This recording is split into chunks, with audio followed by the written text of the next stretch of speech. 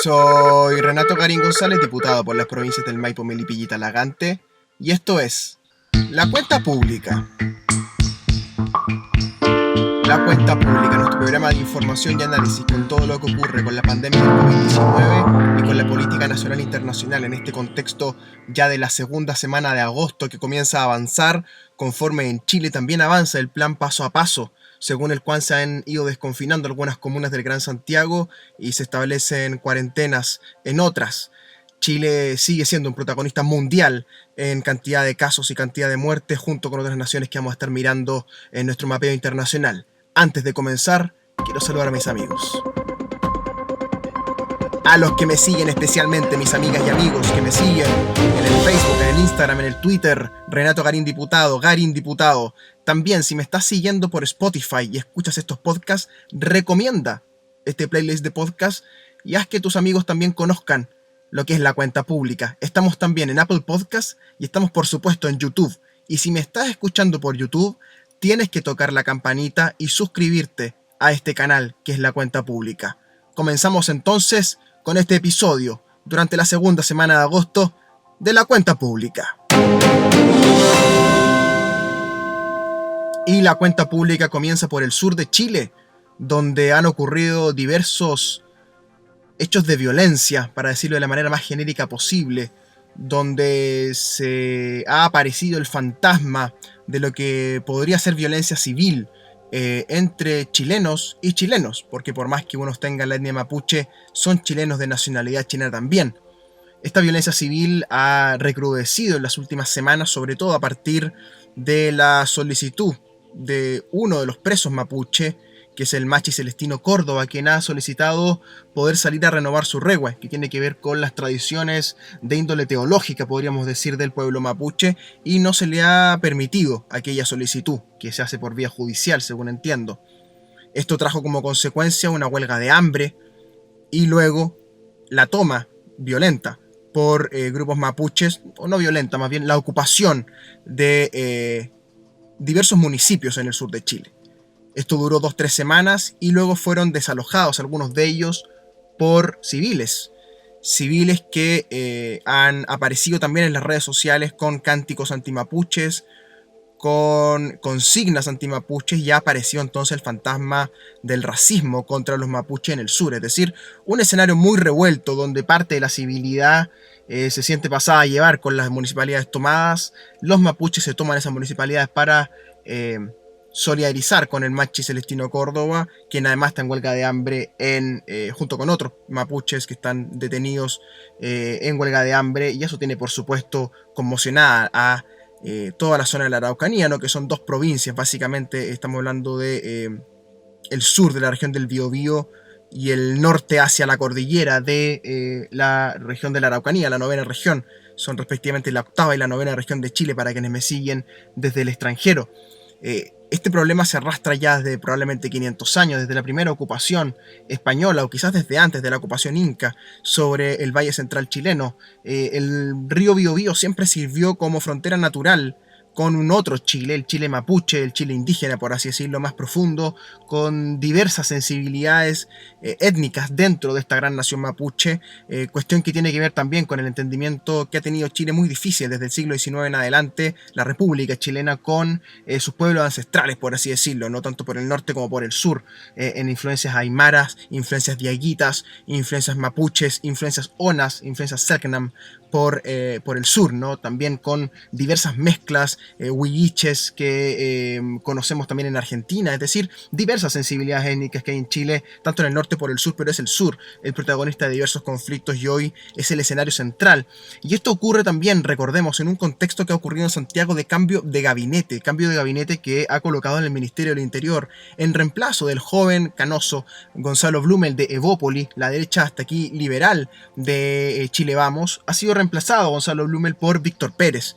Víctor Pérez es un senador, como te contaba, del gremialismo, ya hace bastante rato, fue diputado de los 90 en adelante, es parte de esa segunda camada detrás de los coroneles, que son Coloma, Novoa, Chadwick y Longueira. Víctor Pérez podría ser considerado un protocoronel, una especie de comandante dentro de la jerga de la UDI, ¿no? Un senador muy influyente que estaba más bien de salida en el sistema político y que aparece hoy día como ministro del Interior. Y una de sus primeras jugadas comunicacionales, políticas, es asistir a la Araucanía, ir a la Araucanía, estar cerca de 48 horas en la Araucanía, y esto ocurre precisamente en el contexto de las tomas en los municipios y los levantamientos, es decir, civiles contra los mapuches en los municipios, cuestión donde tuvo que intervenir carabineros en varios de los escenarios, y también hubo violencia policial, hubo enfrentamiento entre civiles y carabineros, es decir, el escenario realmente dantesco que se configura en el sur de Chile, donde además en los últimos días hemos conocido de balaceras, ¿verdad?, de ida y de vuelta, han aparecido mapuches con balazos en las caras, ¿verdad?, con también supuesta violencia en contra de carabineros que alega la institución, es decir, de lado y lado se acusan de violencia, y esto parece irse de las manos para el Estado de Chile, un Estado de Chile que, como te he contado anteriormente, está muy débil en diversas materias, está débil en la materia sanitaria, enfrentando la pandemia, siendo séptimo en el mundo con cantidad de contagio per cápita, y en la cantidad de muertes no lo hacemos muy bien, con 14.000 muertos en total según el DEIS, y son 10.000 según el Ministerio de Salud. Esto es una cifra realmente alarmante, 14.000 muertos o 10.000 muertos, sea cual sea la cifra, es realmente alarmante. Ahora, claro, si uno lo compara con Brasil y el desastre que ha sido la gestión de Bolsonaro, con más de 100.000 muertos y una cifra extraoficial todavía muy profunda, claro, el caso chileno parece menor, pero esto ha sido muy profundo realmente. Tenemos una cantidad de muertos y de contagiados enorme, la pandemia ha estado lejos de ser contenida, estamos en la segunda etapa, por así decirlo, con el tema del paso a paso. Sin embargo, Chile sigue siendo un protagonista mundial en temas sanitarios, y ese mismo Estado, que además está superado desde octubre con el estallido social y con la violencia también civil en las calles, todo el fenómeno de la primera línea enfrentándose a las fuerzas especiales de carabineros, junto con eso el problema que enfrenta el Estado de Chile con sus pueblos ancestrales, con los mapuches en particular. Es decir, este es un cóctel que enfrenta la institucionalidad con un presidente muy débil y con un cambio de gabinete que además el ministro del Interior aprovecha para asistir a este lugar, precisamente al polvorín de la política chilena, que nada bueno podía ocurrir, ¿verdad?, en esos días que Víctor Pérez visitó a la Araucanía. Él alega, por supuesto, que es imperativo que el ministro del Interior visite esa zona por la cantidad de hechos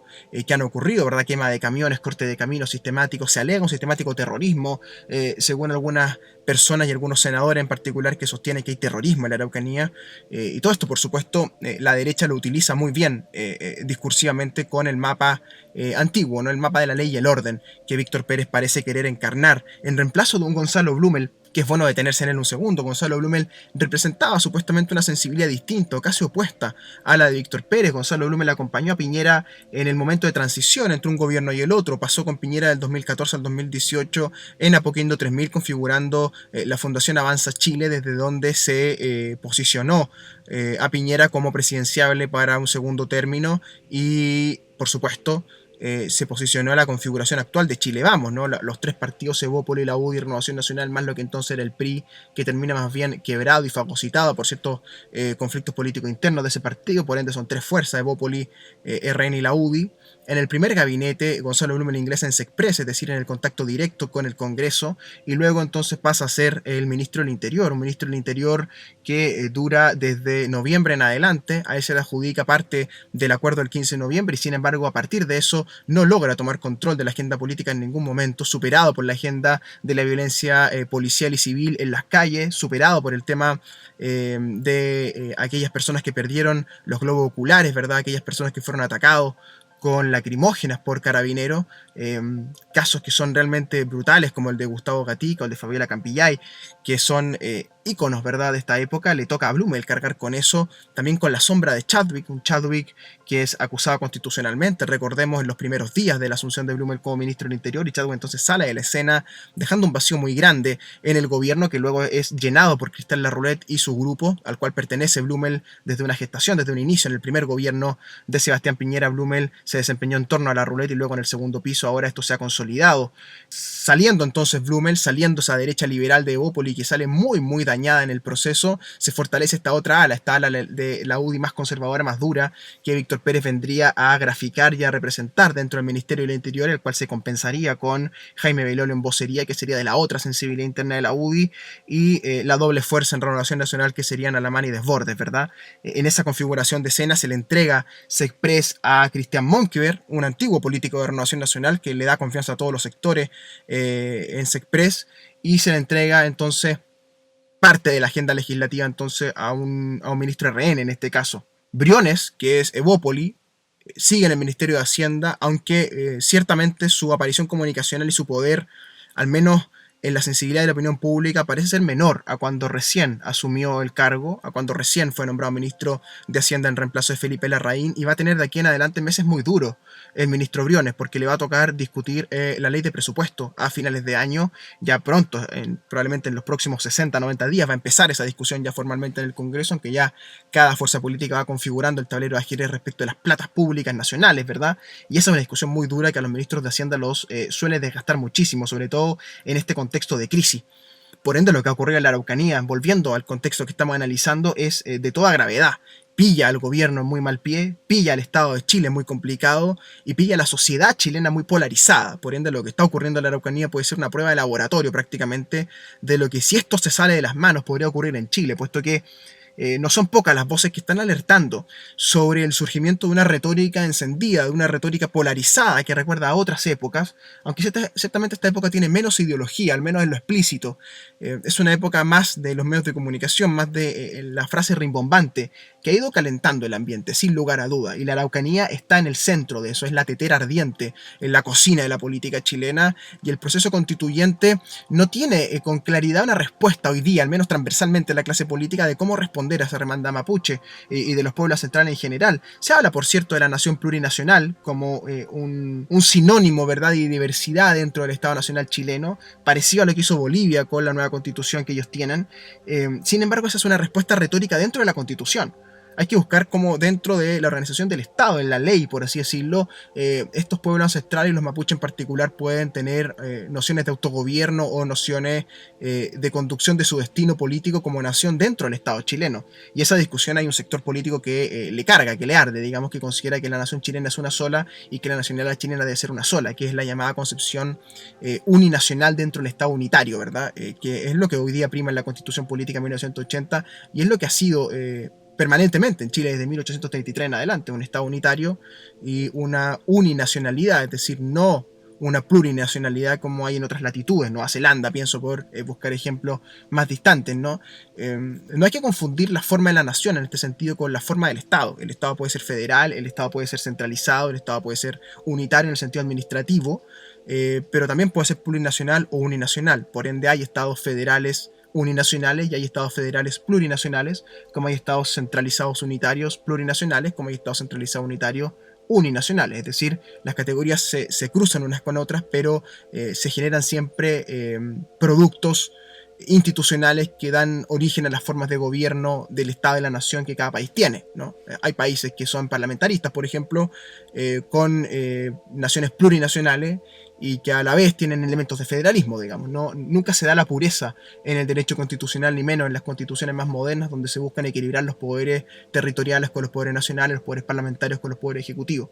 En ese sentido, entonces, el problema mapuche puede verse como un problema de equilibrio de poderes, en algún sentido, y también está el problema territorial de la tierra, ¿no?, más materialmente, respecto a la propiedad de la tierra y la restitución de tierras que muchos sectores plantean que hay que hacer al pueblo mapuche y a diversas comunidades que serían tierras que le pertenecen ancestralmente y que deberían estar en su administración, al menos desde el punto de vista institucional. Y en ese sentido, la Araucanía, por ende, tiene múltiples aristas, ¿no? Es además una zona donde electoralmente gana la derecha, donde ganó el presidente Piñera, donde sacaron varios senadores. Recordemos, esta es la zona donde Felipe Kast, el senador de Evópoli, es senador. Por ende, esto a Evópoli siempre lo tocó profundamente y tocaba entonces la agenda de Blumel como ministro del Interior y de Seguridad Pública, conduciendo lo que son las fuerzas especiales de carabinero y conduciendo, por supuesto, lo que son las relaciones, ¿no?, con el mundo institucional de la PDI y el mundo institucional de Carabineros, quienes en primera instancia son quienes tienen que enfrentar o relacionarse con este conflicto armado civil que está ocurriendo en la Araucanía. Por ende, el cambio de mano hacia Víctor Pérez, este senador de la UDI que toma el Ministerio del Interior, tiene que mirarse en ese contexto, ¿no? Un giro hacia la ley, el orden y Víctor Pérez, es decir, un giro hacia ese tipo de derecha desde el Ministerio del Interior para volver a calzar con el discurso de la seguridad, con el discurso de la ley y el orden, como se le conoce ya hace unos 40, 50 años, a partir sobre todo de lo que fue la experiencia en Nueva York de Rudolph Giuliani, quien es muy influyente en las derechas latinoamericanas, ¿no?, respecto a cómo manejar la policía y cómo aplicar estándares casi militares a las policías, ¿no?, que es lo que se hizo en Nueva York durante la administración de Giuliani como alcalde de Nueva York, que le permitió drásticamente sacar a las prostitutas, a los delincuentes, ¿verdad?, de las zonas centrales de Nueva York. Recordemos ejemplarmente la calle 42 era el ejemplo central de esto, ¿no?, de cómo Nueva York estaba tomado, ¿verdad?, por los gángsters, por las pandillas, por la prostitución, y Giuliani limpió, por así decirlo, muy entre comillas, lo que es la zona central de Nueva York. Esto, por supuesto, se fue a las periferias, se fue hacia otros lugares, pero el Manhattan, ¿no?, el plano de Nueva York, en la isla de Manhattan, por así decirlo, se volvió gentrificado, que es un concepto que apareció en esa época, ¿no?, de la gentrificación, y se fue domando, por así decirlo, esta violencia urbana que había en Nueva York. Y ese ejemplo de Rudolph Giuliani es usado por las derechas en todo el mundo. Por ejemplo, por Álvaro Uribe, de quien vamos a hablar un poquito más adelante, por ejemplo, por Sebastián Piñera, por ejemplo, en algún momento por Mauricio Macri, ¿no? Esta idea de la seguridad, la ley y el orden contra los delincuentes y contra la violencia civil. Lo que ocurre en la Araucanía está lejos de ser delincuencia normal, por así decirlo. Yo no quiero normalizar la quema de camiones, la corta de camino y todo ese tipo de ataques incendiarios que han ocurrido. Por ende, no tiene que ver con delincuencia común y corriente, ¿no? Estos son delitos de bagatela. Esto es una violencia política civil que está ocurriendo en la Araucanía y de la cual estamos viendo ahora manifestaciones ya más crudas, donde civiles contra civiles se enfrentan con los municipios como contexto. Y esto hay que mirarlo con mucho cuidado, porque puede ser un polvorín lo que estemos mirando en la Araucanía y puede ser una mirada microscópica de lo que en el macro puede ocurrir en nuestro país, llamado Chile.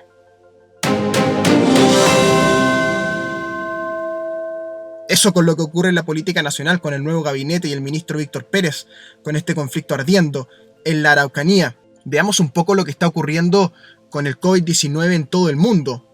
El fenómeno de los rebrotes o los nuevos brotes, como también se le ha llamado en la prensa, ya se ha consolidado prácticamente en toda Europa y en buena parte de Estados Unidos. Estados Unidos sigue siendo el país más golpeado en el mundo por la enfermedad, y también aparece, como te comentaba antes, Brasil, que ha superado el 1.000.000 de muertos. Realmente inquietante la situación de Brasil, con un Jair Bolsonaro que llegó a dar positivo por esta enfermedad más de 3 veces. Se estima que ahora está ya curado de la enfermedad supuestamente, pero es un fenómeno muy interesante lo que ha ocurrido en Brasil. Es decir, el gobierno de Bolsonaro, que venía muy golpeado en lo político, también ahora enfrenta una crisis sanitaria de proporciones, ¿no? Los grandes centros urbanos, Sao Paulo, Río de Janeiro, Brasilia y otros lugares más densos, con gran cantidad de favelas, está viendo una enfermedad expandirse realmente como nunca antes se ha visto en Sudamérica, probablemente una enfermedad de este tipo, ¿no? No hay ejemplos históricos de que un país sudamericano haya tenido estas cifras como las está teniendo Brasil, que parece estar siendo golpeado casi con criterios medievales prácticamente con esta enfermedad, ¿no? Esto recuerda mucho a la peste negra, este tipo de cosas, ¿no? Que ya tenga 1.000.000 de víctimas Estados Unidos, como lo tiene Brasil también. Es alarmante, ¿no? De hecho, Estados Unidos ya camina hacia los 2 millones de víctimas, si no me equivoco, de la enfermedad. Es decir, estamos hablando de algo sorprendente en términos de contagio y también en términos de muertos. Es decir, más de 100.000 muertos, más de 200.000 muertos, lo que se ha naturalizado como si fuera realmente sorprendente, ¿no? Lo que ocurre en los medios de comunicación, que de pronto un país que queda al lado nuestro tenga 100.000 muertos, tenga 1.000.000 de contagios. Nos parece natural, ¿no? Yo encuentro que es todo lo contrario, es realmente algo para sentarse y llorar primero, y luego para reflexionar muy profundo de qué ocurre en América Latina con nuestro servicio hospitalario y con la sanidad pública. Perú sigue siendo un protagonista mundial también, sigue escalando en las cifras Perú. En algún momento se comparó la situación chilena con la situación peruana, ahora Perú está bastante peor que Chile. Los centros hospitalarios están realmente colapsados en Perú. casi el 90% todos ellos en todo el país. Y otros países como Argentina, por ejemplo, que venía con números bastante buenos, también ha recrudecido la enfermedad con, con gran violencia. Es la primera ola fuerte que ellos están viviendo, más de 7.000 contagios al día en Argentina, sobre todo en el conurbano bonaerense. Por ende, Chile en este contexto pareciera que nuestras cifras caminan a ser enormes, ¿no? 20.000 muertos quizá. Ya tenemos 10.000 oficiales, 14.000 según el DEIS. Los 20.000 parecen estar a la vuelta de la esquina, lamentablemente. Pero hay países latinoamericanos que su tragedia es de otras proporciones, ¿no? No me quiero olvidar de los ecuatorianos, que siguen siendo muy golpeados por la enfermedad, la cual se mudó de Guayaquil a otros lugares. Y por mientras Uruguay sigue siendo la estrella del continente, manteniendo muy bajo su índice de contagio, manteniendo muy bajo lo que es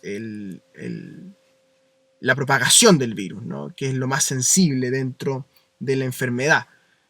Uruguay sigue siendo la estrella del continente en ese sentido. El presidente Lacalle Pou, por ende, está saliendo muy fortalecido en la política interna como en la política latinoamericana, donde hay una serie de cuestiones que tienen que dilucidarse. ¿Cómo queda el nuevo mapa político latinoamericano sin Mauricio Macri, que ya salió hace un buen rato de la presidencia argentina, pero que Alberto Fernández no ha logrado instalar su tesis latinoamericanista, por así decirlo, por la administración de la enfermedad a nivel local? Recordemos que se articuló este grupo de Puebla en torno a Andrés Manuel López Obrador y en torno a Alberto Fernández, donde también picoteaba Marco Enrique Minami, el chileno, pero eso no ha logrado cuajar, ¿no? Y en paralelo ganó la derecha en Uruguay, está la derecha en Chile, y es muy interesante lo que está ocurriendo en Colombia. Quiero hablarte un par de minutos quizás sobre Álvaro Uribe. Álvaro Uribe, senador hoy día colombiano, expresidente colombiano, la figura central de la derecha colombiana probablemente en las últimas décadas, a quien se le adjudica haber derrotado a las FARC supuestamente, o haber derrotado militarmente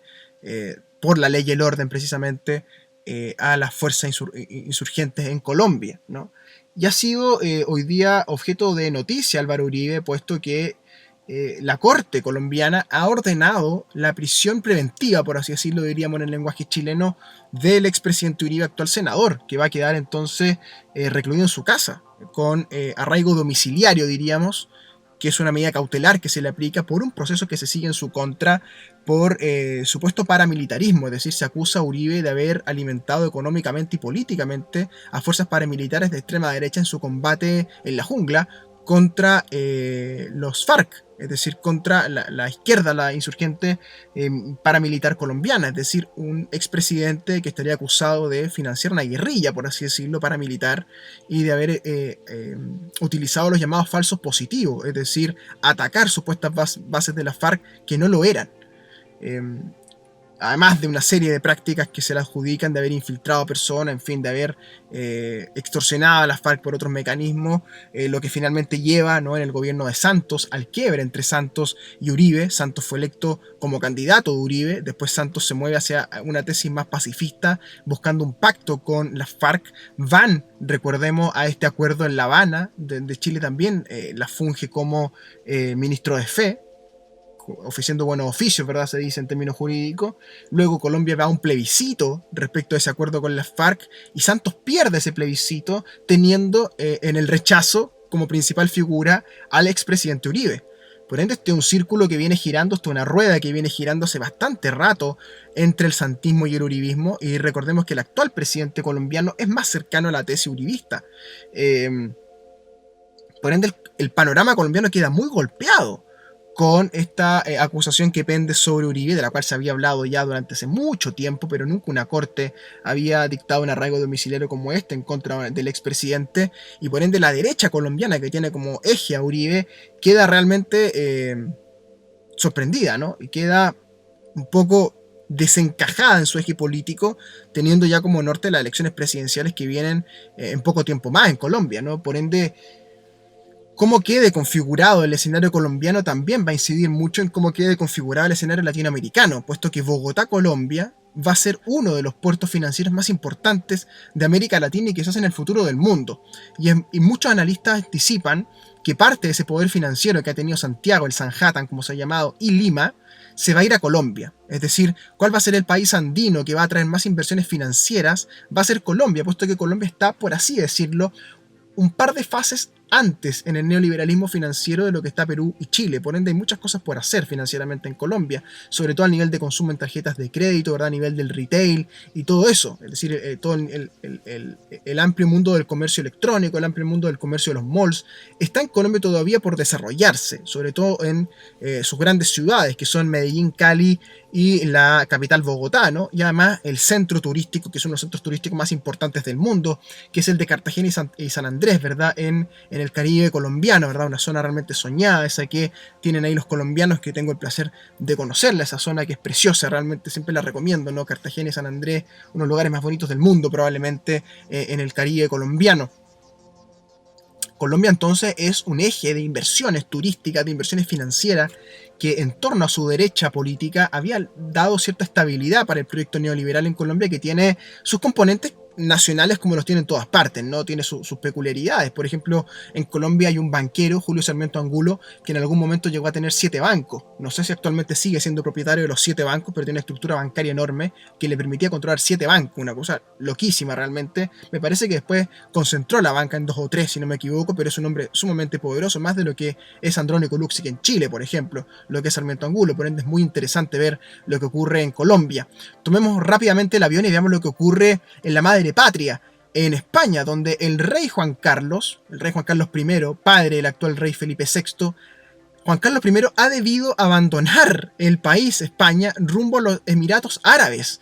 Primero se especuló respecto de que se iba a Centroamérica, República Dominicana, pero finalmente recaló en Emiratos Árabes. ¿Y por qué se arranca de España nuestro rey Juan Carlos I, emérito? ¿Por qué se arranca? Se arranca porque está acusado de una serie de malas prácticas financieras económicas, donde hay investigaciones judiciales de por medio en Europa, de las que ha sido acusado por haber recibido sobornos, supuestamente, no de los Emiratos Árabes, sino de Arabia Saudita, para una serie de cuestiones de obras públicas en España. Recordemos que el rey es el jefe del Estado en España, por ende su opinión pesa y mucho a nivel de la opinión pública y la instituciones. Y además pesa sobre él un escándalo amoroso financiero protagonizado por la famosa Corina Larsen, la alemana heredera del clan Larsen, uno de los más multimillonarios del mundo, que acusa una serie de malas prácticas financieras a Juan Carlos I, quienes fueran pareja adúltera. Lo lamento para quienes se sorprenden, de Corina Larsen con Juan Carlos I. Muy parecido a la historia del rey Carlos, ¿no? de Inglaterra con Camilla Parker Bowles.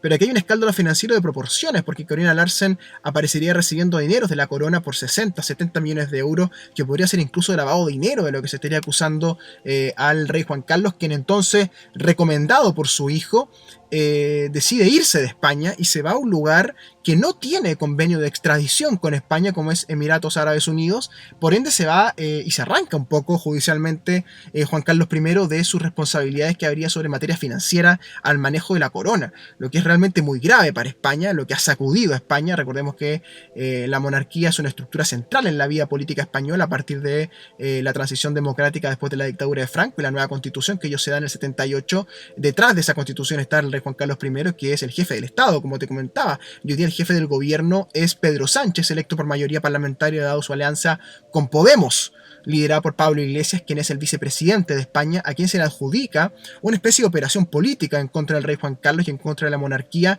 para establecer la tesis republicana, es decir, para empujar una reforma constitucional o una asamblea constituyente en España para sacar a la monarquía de la constitución y para establecer una república, lo que por supuesto ha gatillado una serie de debates en España muy muy interesante, que te recomiendo seguir respecto del exilio que va a tener Juan Carlos I en Emiratos Árabes Unidos, lo que nos recuerda mucho la historia de los Borbones. Los Borbones en general no mueren en España, sino que mueren en exilios, mueren en lugares distantes de España, ya sea en Alemania, ya sea en otras latitudes, en Portugal, por ejemplo, donde se han exiliado al final de su reinado los Borbones, y la historia de Juan Carlos I repite esa tradición maldita de los Borbones al mando de la monarquía española, la cual queda muy golpeada después de este episodio, y queda todavía por verse cómo el rey Felipe VI recomponga la relación de la monarquía con la sociedad española y con la política española. Eso entonces con lo que ocurre en Latinoamérica, con lo que ocurre un poquito en Estados Unidos, con lo que ocurre en España y por supuesto que con lo que ocurre en la Araucanía, en Chile, con el cambio de gabinete como contexto político e institucional en Santiago de Chile. Quiero saludar especialmente a mis amigos que me escuchan por la radio Ignacio Serrano, la 540M, la más tradicional en Melipilla. En toda la provincia de Melipilla me escuchan los domingos por la 540M, la más tradicional, la radio Ignacio Serrano. Y en la provincia de Talagante también, la más escuchada, la radio Contacto. Ahí estamos todos los miércoles y nos escuchamos para hacer la cuenta pública en la radio Contacto, Peñaflor, Talagante, Isla de Maipo, El Monte, Padre Hurtado. Todos juntos hacemos, por supuesto, la cuenta pública. Y a quienes me siguen por las redes sociales, Spotify, Apple Podcasts, YouTube, Facebook, Twitter, Instagram, les mando un gran abrazo. Sigamos conversando, sigamos debatiendo, sigamos haciendo juntos la cuenta pública.